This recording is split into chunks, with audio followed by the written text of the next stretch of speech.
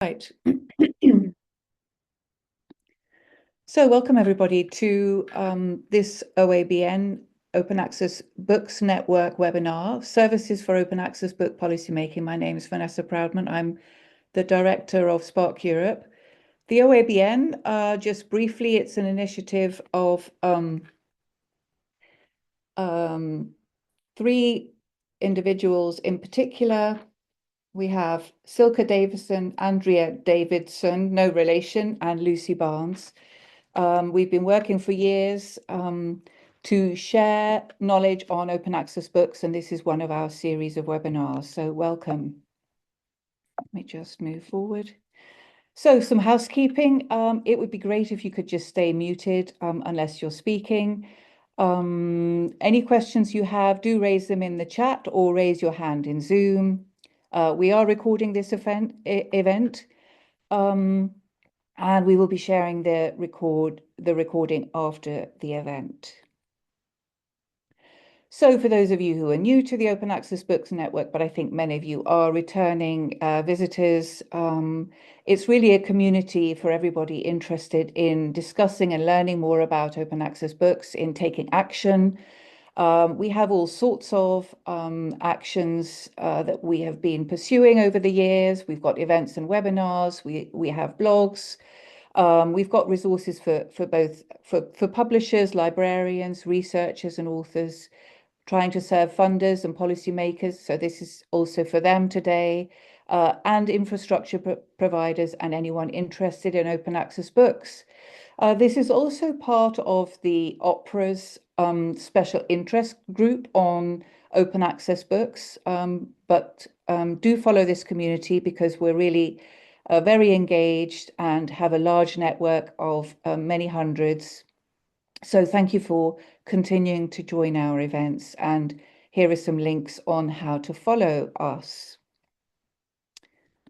Okay, so I think it's really important, this event, before we get going.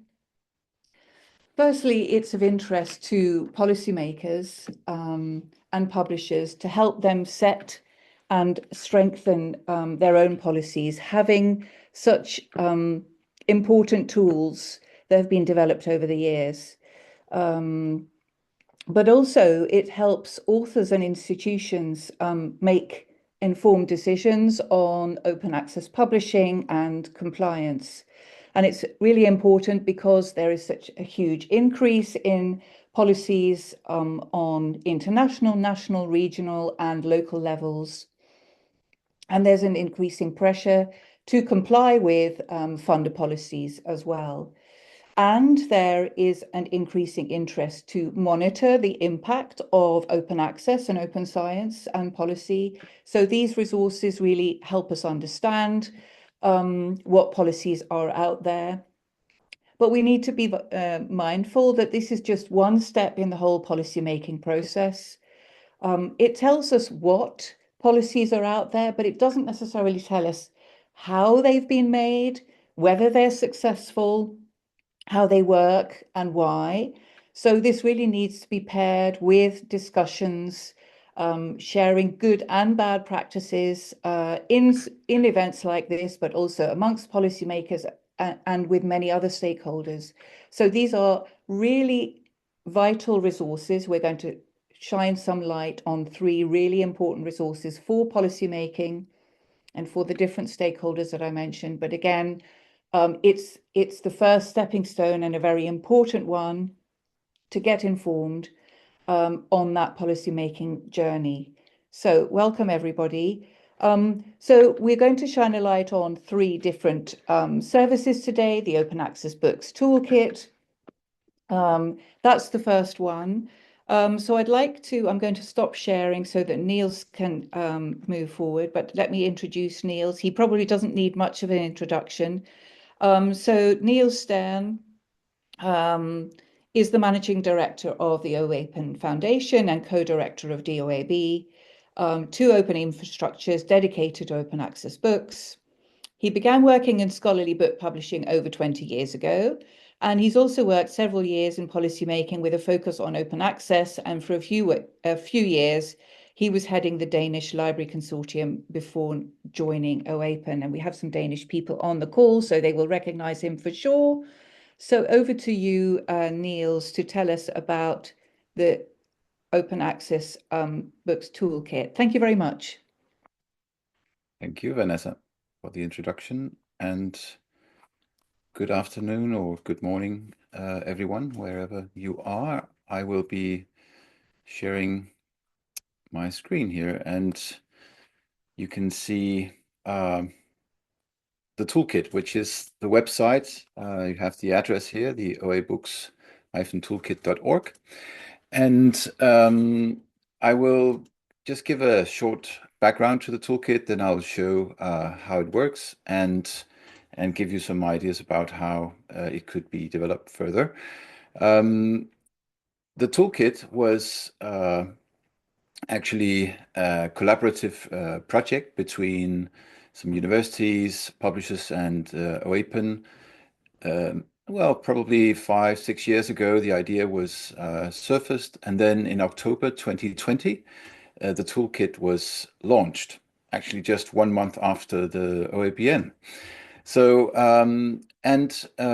the idea of the toolkit was to provide some short articles, that easy digestible articles about OA book publishing. So really address all sorts of topics relevant in OA book publishing, having the researcher in focus, the research process in focus.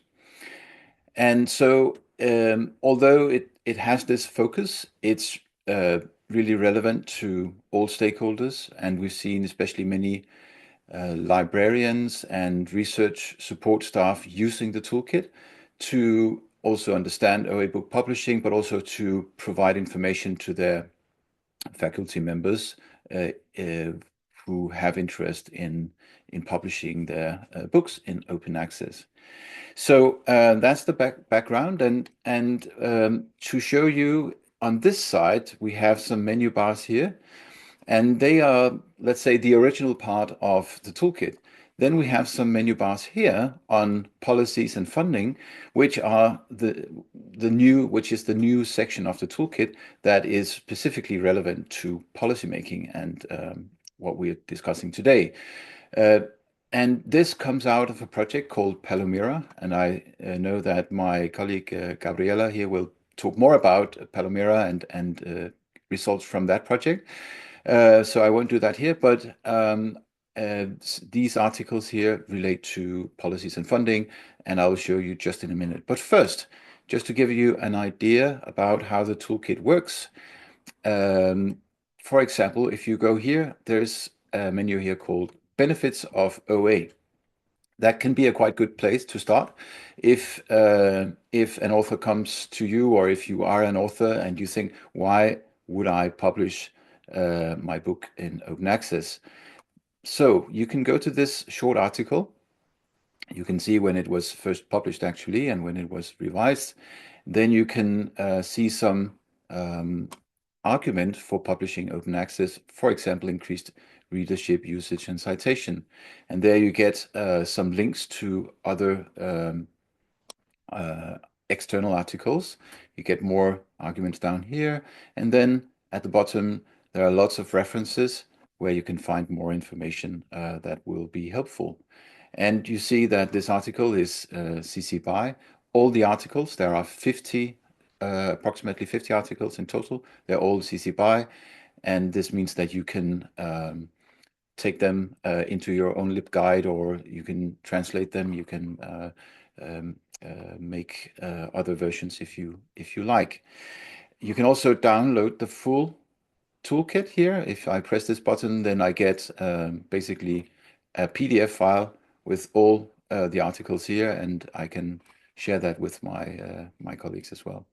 Right. Also, if you're interested in common myths, I should mention this because it's a great page. It's a great article here addressing some of the common myths. And actually, the OAPN, the Open Access Books Network, launched a series some time ago. It was called the OA Mythbusters series. It's on YouTube. It's a fantastic series, short videos, busting myths.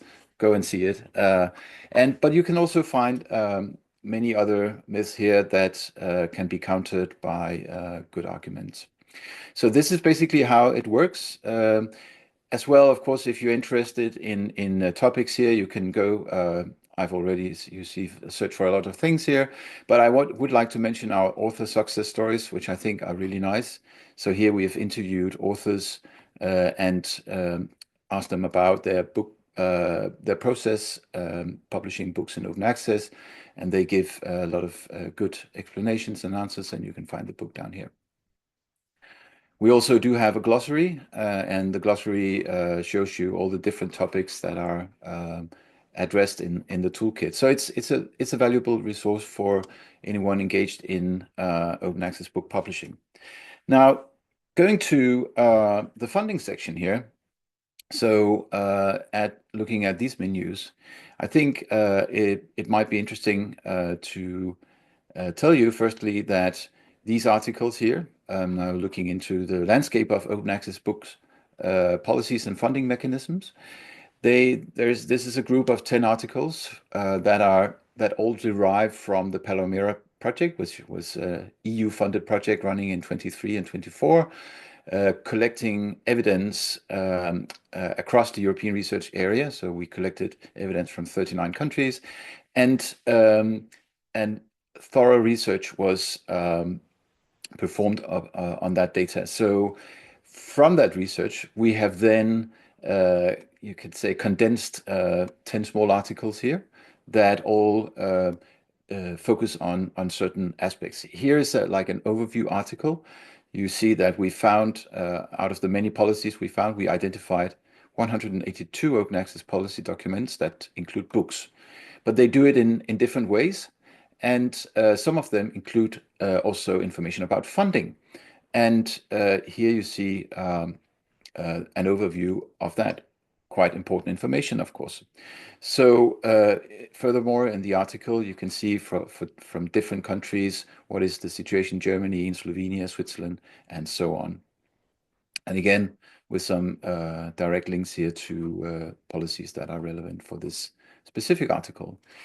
There's also another article which I quite like because this is based on information given to us from research funders who have been in the process of developing policies for open access books.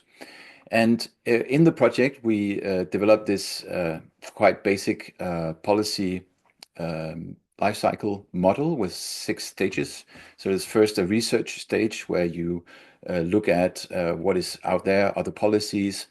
You look towards your peers, what have they done, and so on. You could have been part of the funder forum that was part of the PALOMERA project to learn from others. Then you go into the policy formulation phase. You draft a policy, which you put into consultation, either internally, externally, or both. And then, very importantly, you have to implement the policy. You have to do monitoring. What is the impact of the policy? And at some point, you have to evaluate and review, and then you're back into this cycle. So in this article, you can see what different funders have done in relation to these different stages of the policy life cycle. And then one final article I will show of these 10 articles in this policy funding section is also closely deriving from the research that we did, which again builds on the knowledge base that Gabriella will present later. And here you have a set of policy elements that we deem as important, necessary elements to include in any given policy. Not said how they should be addressed, but that they should be addressed somehow to ensure that the policy will be working well, will be efficient, and will be aligned with the practice level, you may say, for other stakeholders like publishers, libraries, infrastructure providers, and so on. So again, a lot of information here and with references also in the text to different external links. So as a conclusion, I just want to finally mention that who is behind this toolkit, right? We have an editorial advisory board. The toolkit is operated and maintained and by OAPEN, and I'm also the chair of the editorial advisory board. But here we have a long list of very skilled people representing broadly all stakeholder groups, and they meet twice a year to take decisions on new articles and to update existing articles. So this is also an invitation to any of you out there. If you go to the toolkit and there are things you think are missing, we would very much like to know. And then you can reach out here to my colleague, Sebastiano Sali, at this email address, and then you can suggest articles. Maybe you even have a suggestion to who could write it, or you can just suggest the topic and we will look into it. So with that, thank you very much for your time and attention. Thank you so much, Niels, for that excellent overview of that important toolkit, and also pointing out that we can update this together as a community and telling us how to do that. We do have a question for you in the chat, so you can address that yourself, but I think we will probably address that more broadly to everybody later. How do we update this information? But you already touched on PALOMERA making an important contribution to your toolkit. So I think I'm going to hand us over to Gabriela Manista. So Gabriela, I had the pleasure of working with in the PALOMERA project. She works at IBL at PAN. She will be talking about this PALOMERA Knowledge Base. She's a doctor of social sciences, a lawyer and a project manager, and currently works at the Center for Digital Humanities of the Institute of Literary Research of the Polish Academy of Sciences, which is IBL PAN. And she works there as a researcher and open science specialist. So it's over to you. Let's hear more about the PALOMERA Knowledge Base. Thank you, Gabriela. Thank you very much. Thank you for having me today. And today together we will explore a little bit of the PALOMERA Knowledge Base, which is a repository that was created during the project, PALOMERA project, that lasts since January 2023 till December 2024. So it just, for me, it was like just the finish line, like very lately. And before I will go, before I will go to the repository itself, I will show you and I will pay tribute to the data collection that we did in the team, and it was quite extensive and really taking a little bit of the research time in our case. So the data collection was the aim of the data collection was to cover all of the European research area countries, and at the end we cover 39 of them. So it's quite a big scope to understand the policy landscape when it comes to the open access policy, open access books policy. And when it comes to the scope, rationale, and time span, it was 10 years, 1 decade, from 2012 to 2022. And we decided this time scope as after the European Commission approach towards open science that was, of course, codified in 2012. And we also focus on different stakeholders group when it comes to the policy that they are implemented. So it was national policymakers, research funding organization, research performing organization, publishers, like a range scope of data and range scope of stakeholders here when it comes to the focusing on the policies that we collected. And data collection, as you can see, it was tasked to identify a really diverse range of materials, not only qualitative, but also quantitative. So firstly, we focus on to gather and prepare some data sets on open access books. In this task also, we launch a survey on open access books to fill some existing gaps and understand the needs of the community and understand the best practice and best practice and best case for open or implementing open access books policy. And then moving to qualitative data collection, our team conducts desk research on policy documents, academic articles, grey literature related to open access books, of course.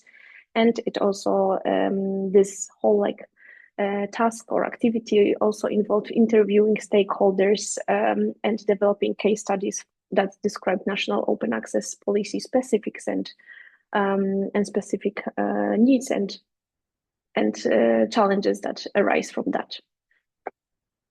And finally, the knowledge base was structured and implemented, and this activity aimed, of course, to create the repository which stores and organizes the data collected from both data sets, so both quantitative and qualitative.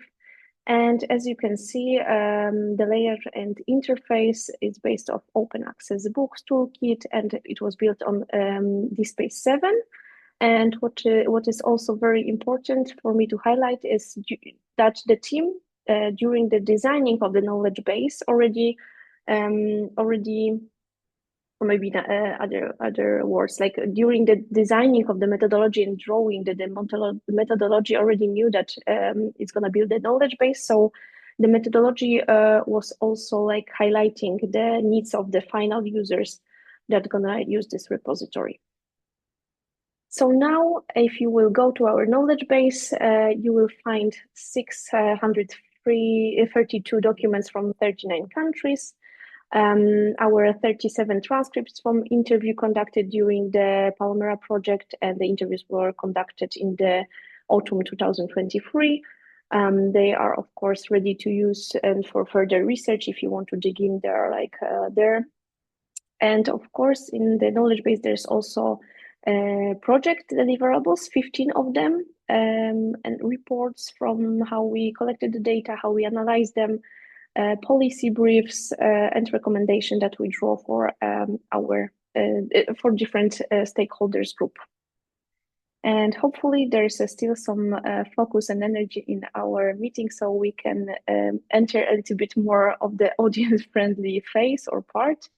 So the video that it is also prepared for the PALOMERA from the PALOMERA team. And this video, I think that it will show you a little bit how to use the knowledge base as a reference point to develop or implement your own open access policy, or to understand how different countries are doing this, and inspire a little bit on the data. So now I will show you. The knowledge base is a collection of hundreds of documents related to open access book policies in the European research area. There are several ways in which you can search this database. You can browse by the date when a document was published, by a document's author, you can browse by its title, or by its subject. Here you will find an overview of all documents that are in the knowledge base pertaining to a specific country. For instance, here you will find a list of all Austrian documents available in the knowledge base. If you'd like to refine the search and combine more filters, return to the main page and type in a keyword in the search box. For instance, carte, the word for book in Romanian. On the left-hand side, you can apply different filters to refine the results. You can select and choose Romanian documents put forth only by research funding organizations. You can then download the document as a PDF, or have a look at the excerpts available that highlight passages related to books and provide translations with DeepL. Explore the knowledge base and find many more documents published by different stakeholders. Or look at the interviews with stakeholders across the European research area. Okay, hope everybody heard everything, because it was a little bit of a... The knowledge... So yes, as you could see, we can filter, search in our database. We can filter by the words in not only in English but also in the national languages, which is highlighting the multilingualism here and the multilingualism of the team that they were gathering the documents. You can see all of the excerpts that we also translate to English to understand if the policy is not in the English. You can understand the key elements of it, the key findings from the document, and of course you can use the reports, the deliverables from the PALOMERA project, and transcripts from the interviews. And the second thing that we were thinking that it's going to be interesting to see today, it's how to contribute to this growing repository, and as it was the question before, how to keep it up to date and support the broader open access community. So you can help us enrich and maintain this knowledge base, and by sending us open access book policy that you are now creating, or you just created and implementing in your organization. And you just need to follow these 3 steps. Go to the knowledge base, register or log in if you already registered. And then, as you can see here on the left corner, you can add the new item, and the new item should be under the suggested documents in the PALOMERA collection. And this is gonna pop up the new submission form with some details, and at the very least you need to give us the title, the date, the license that we gonna use to upload and publish the new document, new policy, and the PDF of this policy. And the editorial team will review this document, and now the process of the workflow for the reviewing is quarterly periods. So it takes a little bit of time, but it's still supporting to keep the knowledge base up to date. And of course, knowledge base, as everything in the project, is free to access resource, and you can use all of the data, just referring to our project. And if you want to know more about the data collection and compiling the knowledge base, you can see the our Zenodo community on PALOMERA project and digging into our research. I think it's all. Thank you very much. Thank you very much, Gabriela. There are a couple of questions for you in the chat if you'd like to address those there, and then everybody can follow that in the chat, so we have a bit more time for discussion a bit later. But yes, that's a really very interesting resource, and it's really important that the over 300 documents that we have in there are indeed up to date, and that we have the latest versions of those policies. So it's a very rich resource, but we all need to also contribute to that to make sure that it remains as such. So I think it's a huge asset to the open access community, that one. A lot of effort gone into it through that EC-funded project, PALOMERA. All right, last but not least, we're going to go over to Jelena Sternovnik from Jisc. She'll be telling us about the Open Policy Finder. Now, many of you might not know this name, but actually this one goes back quite a few years. It's probably the most familiar policy tool that you know, but I'm not going to give it away until I've just told you a little bit about Jelena. Jelena has been working in scholarly publishing, spanning editorial and business roles.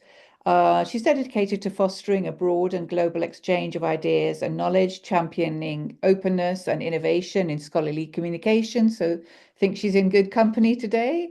When she's not navigating the complexities of open access policies, you'll likely find her canoeing through the waters of Southwest UK, probably quite cold at the moment, or hunting for weird and wonderful treasures in antique markets and shops. So thank you also for telling us a little bit about you. So Jelena, I think you can share your screen, and we'd love to hear about the Open Policy Finder. Thank you. Thank you, Vanessa. Hello, everybody. I'm going to share my screen.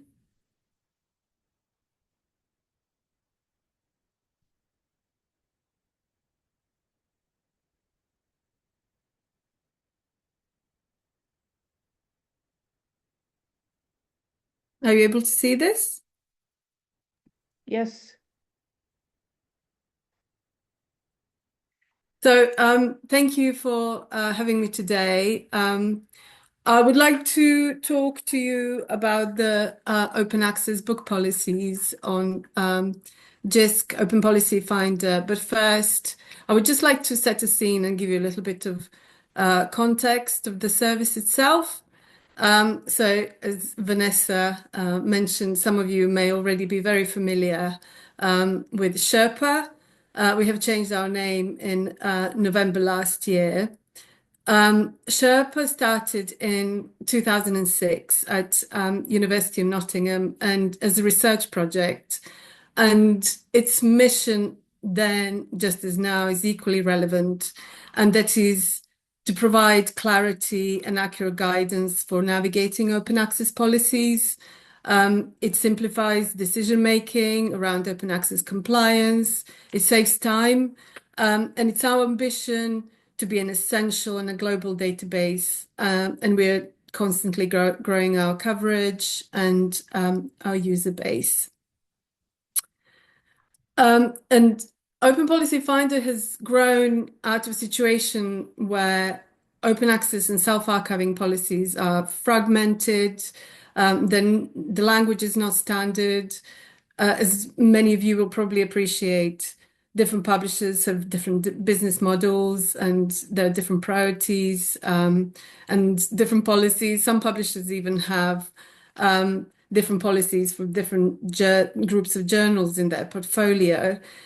So there's uneven language about, is it published version of record, green open access, self-archiving, etc. And to navigate all this, users have to go to different publishers' websites, and this information is not always easy to find. So this all creates confusion, and our service is here to simplify it. So what we do is we display information as a directory. We hold open access policies for journals, for funders, and for books, and they're all available through our website and also through the API. And this information is captured as a machine readable data, and it's standardized in format. And most of our users are open access librarians and repository managers, and many of us tell us that they make as many as 40, 50 queries a day.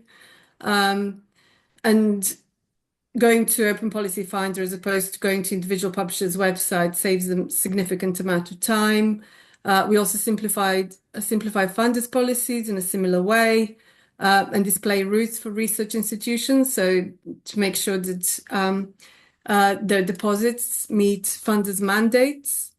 And also our data is licensed through a Creative Commons license, and it's integrated in many other infrastructures and tools and research projects all around the world. Just to give you an idea of scale, we have just under 28,000 journal records, 174 funder records, 78 book publisher policies.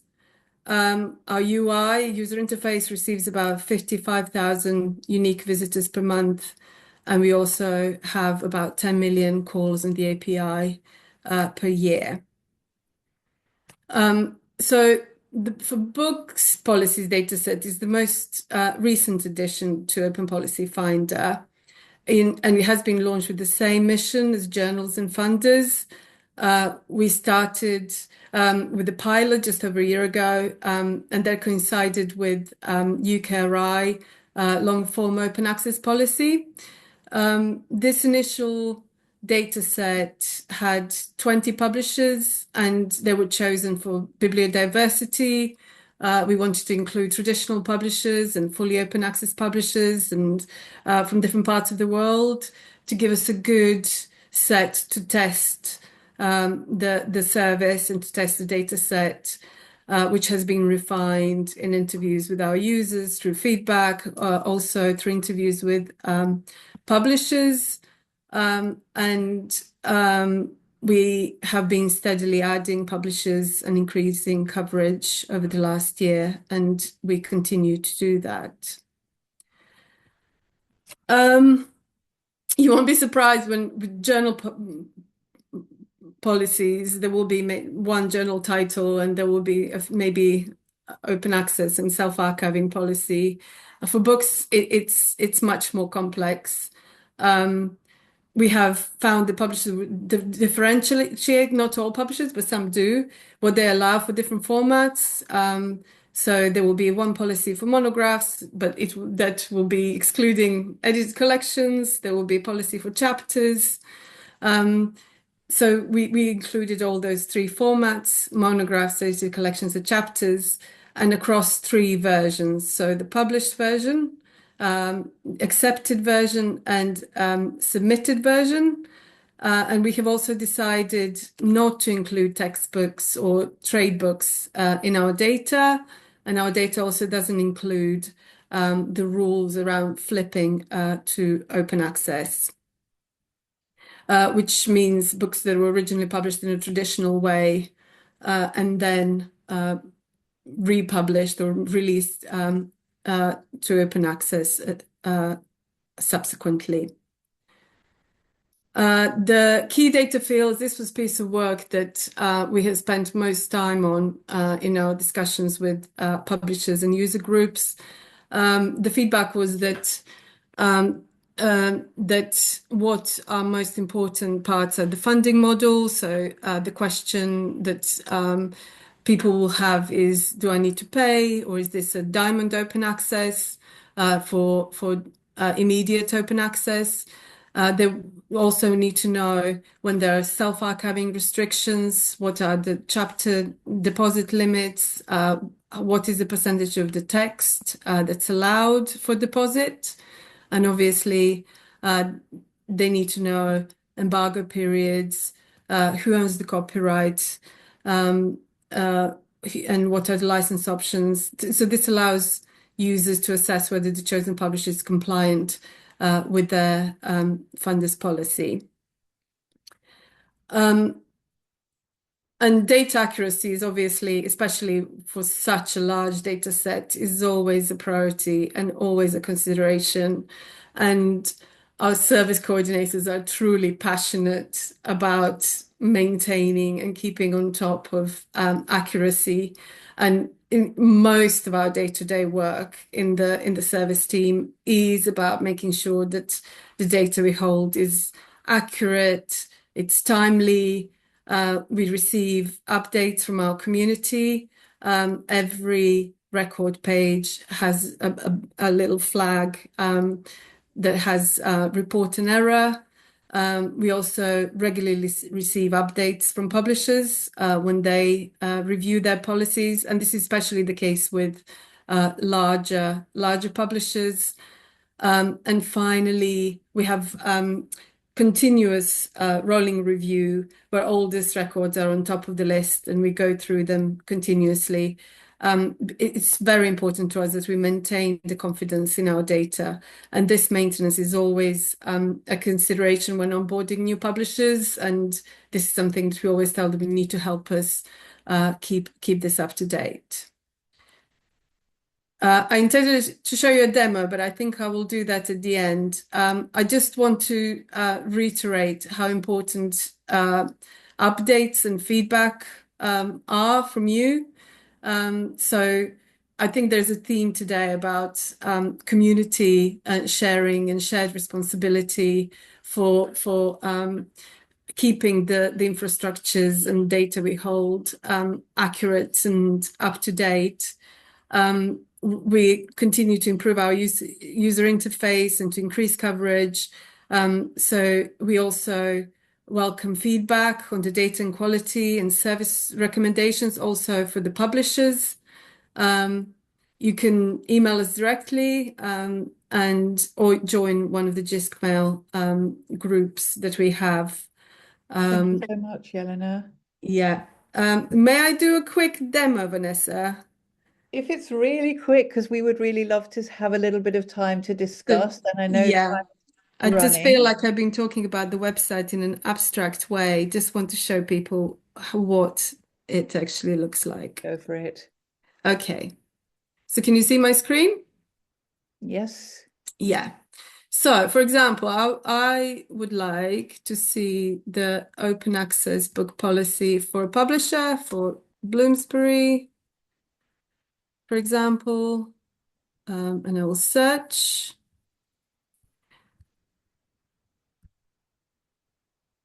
So these are the results as they come up. I will go to Open Access Book Policies tab. These are the different formats that I can search. If I'm only interested in monograph, I will just go there and look at different options that for open access. This is immediate open access with processing charge, and there is also a self-archiving policy that tells me what is the embargo period, where am I allowed to deposit, are there any special conditions and any notes. There are policy links, so it will take you back to the publisher policy pages. In addition to that, you can look at publisher details and record information if you want to double check when was when the record was last modified. And this is the report and error button that I mentioned. Okay, that's it from me. Thank you so much. Thank you. Another very important tool in particular for the UK, but not only, and I know many internationals are also using it, but it will be very helpful with the UK OA book policy and to follow compliance, etc. So thank you so much, Jelena, for that.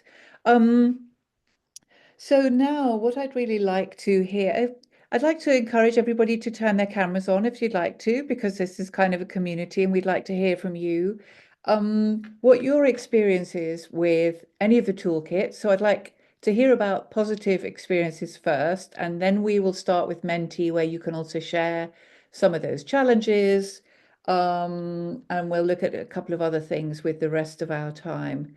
So does anybody want to, I know that not all of you, I'm sure somebody's learned something new today.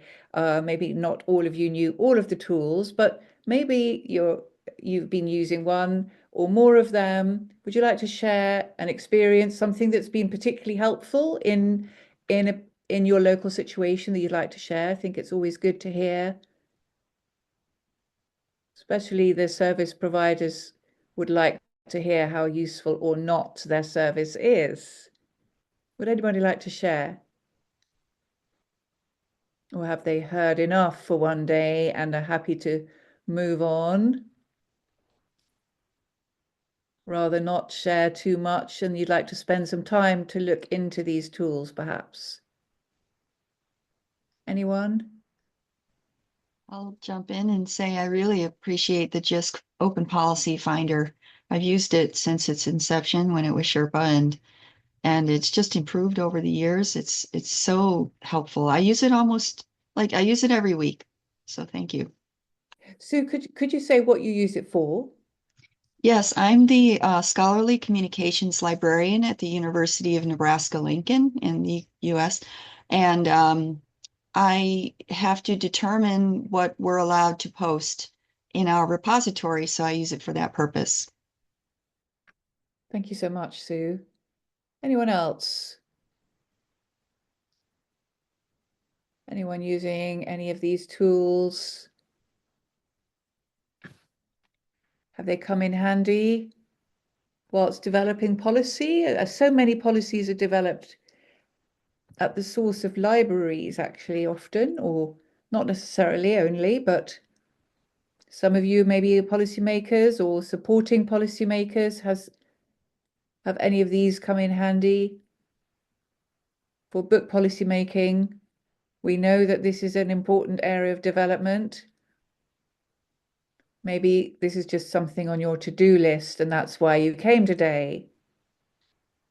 All right. Okay, so I think what we might do is we'll move to Menti. We've got a few questions and you can also be anonymous there.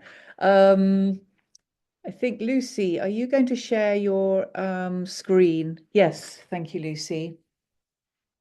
Will you take us through the Menti? Yeah, sure, I can do that. Thanks so much. Hopefully everyone could see the instruction screen there. I'm sure most of you have used Mentimeter before, but if not, you can go to menti.com and put that code there, which I think should be on all the subsequent slides as well. So if I move on before you've done that, you'll be able to see the code at the top. Or if not, you can do it on your phone. You can scan the QR code and access the slides on your phone. And then we're going to have some interactive questions. So yeah, you can still see at the top there the code that you need to join the slides with. So we're curious to know which of these tools have you worked with. I think you should be allowed or able to put multiple responses if you've worked with more than one. And then we can get a bit of a sense of the sort of experience of this audience with these different tools.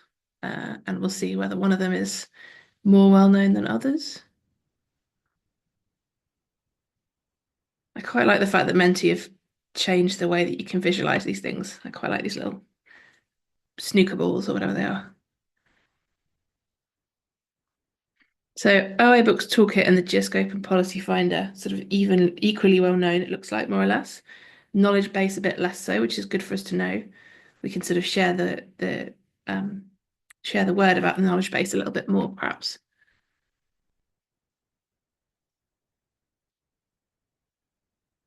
Okay, I'm gonna click onto the next one. And this one is a free text response, so you can type into this. And we're interested to know what are the limitations of these tools. So are there things that you want to be able to do or find out from them that you currently can't, or maybe are there navigation issues or sort of accessibility issues with them? How easy are they to use or not? And because this is a free text slide, it normally takes a little bit longer, obviously, for people to type their thoughts and their answers.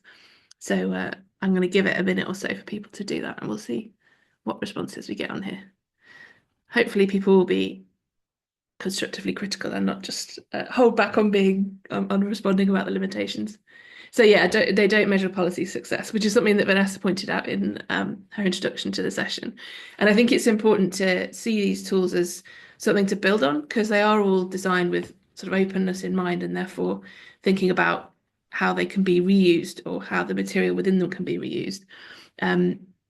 Maybe there might be a scope, I think, for more academic research on this. For example, what are the levels of policy success and how would we measure policy success? It takes a little while to get started with the Open Policy Finder because the information is very rich.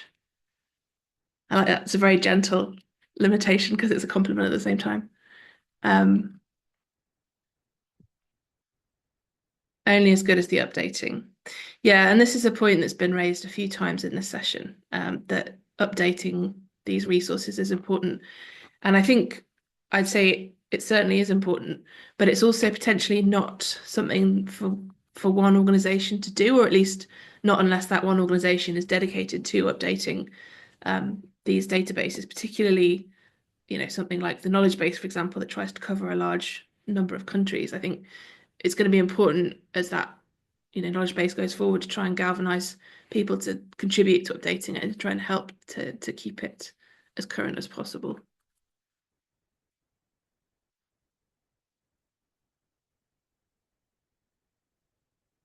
I'm just having a look at the chat as well, just to see if we've got any more questions or thoughts, more discussion about Sherpa, which is great, and the Jisc Open Policy Finder, as it now is. And then we've got another comment on here, learning about the resources at a time when it's not needed and then trying to recall them when needed. Yeah. Yeah, I know this. And you're sort of sitting there thinking, what was that thing? What was the name? What was the condition? I suppose potentially resources like this could maybe go on some kind of, if you're based at a university, maybe some kind of institutional guide or set of resources for people to try and discover more information about this topic. But yeah, it can be tricky to recall the details. I'm going to go on to the next slide now. So who needs these tools? We were sort of thinking a little bit about who are these for, because obviously some of them are pitched at certain groups, like Niels was saying. The OA Toolkit is pitched, well, initially was pitched primarily at researchers, but was also being engaged with a lot by librarians and by research support services, and now has been extended to also include policymakers much more directly. So who sort of needs these tools? Or maybe they're not needed. Maybe we're putting a lot of effort into these things, but perhaps actually there's less of a use for them than we might have thought.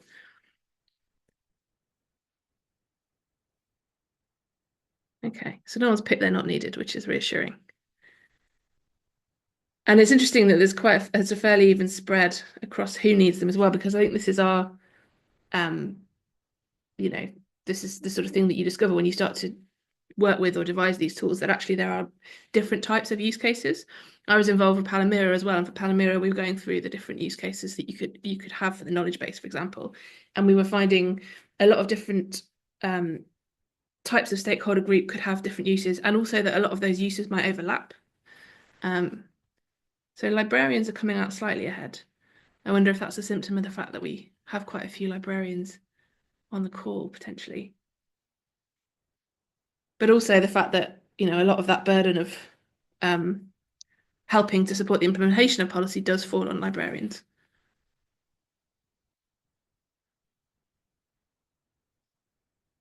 At least it seems like there is a broad need for them.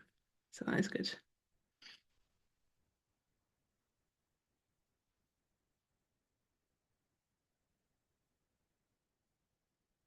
Okay, thanks for those responses. I'm going to go to the next slide, and I think this is the last Menti slide.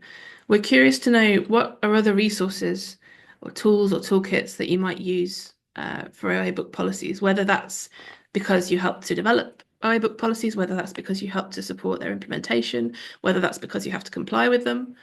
Do you know of other resources or other guides or tools that you use in your work that would be useful to share?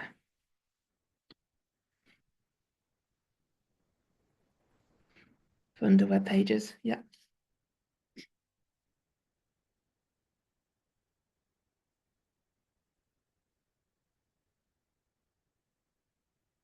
Oh yeah, Vanessa's added in the chat.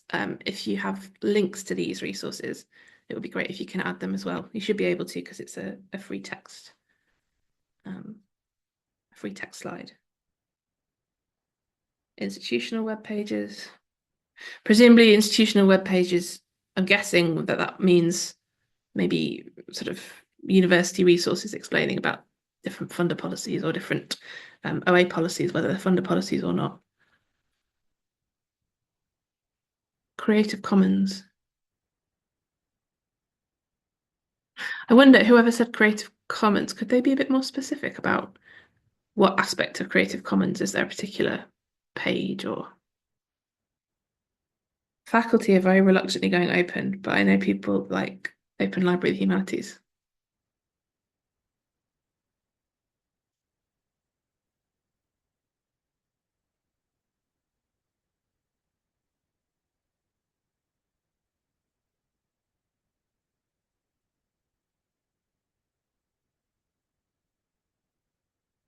One of the things that I think is, the more that I found out about this area, that there are quite a lot of dispersed sources of information and not necessarily a kind of comprehensive central database, which is, of course, in the different ways what these tools are trying to help address that problem of the kind of scarcity and dispersal of information. In the chat, Silka said there's an article in the OA Books Toolkit on Creative Commons. Is there something missing? And there's a link there. And then Joseph says, another useful tool, UK Core spreadsheet of policies. Aha. And someone's put a link to Creative Commons in the chat as well. Oh, that's to the OA Books Toolkit article about Creative Commons. Thank you so much, everybody. Even if in the meantime, if you can share with us any other resources, we'd be really interested to hear about them. But maybe people are really turning to these 3 key resources for open access book policy making. So hopefully you've all learned something today. You've met the people behind the 3 services, and they've also told you how you can contribute. We've also got some good news from the OABN. It's likely to happen in June. We're going to have a policy-a-thon. So those of you who have new policies, or you want to check if the policies in your country are up to date and then replace them with new ones, it's kind of a time where we all come together and we try to make these resources even better and more up to date, because that's what a number of us were talking about today. So the OABN will be hosting that event. And so you can contribute to these resources. We would love you to join us. We haven't got a date yet, but do follow us on the OABN mailing list and you will hear when that's happening. I'd like to thank all of our speakers today for coming and telling us about the ins and outs of those services very much.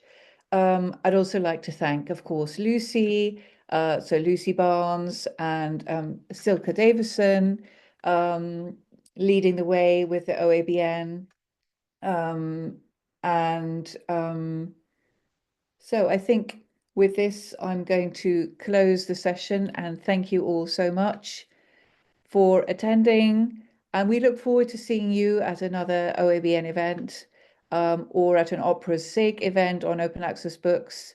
Let's make sure that OA Books becomes more front of mind for many involved in open access, book policymaking, implementation, and funding. Thank you very much, everybody.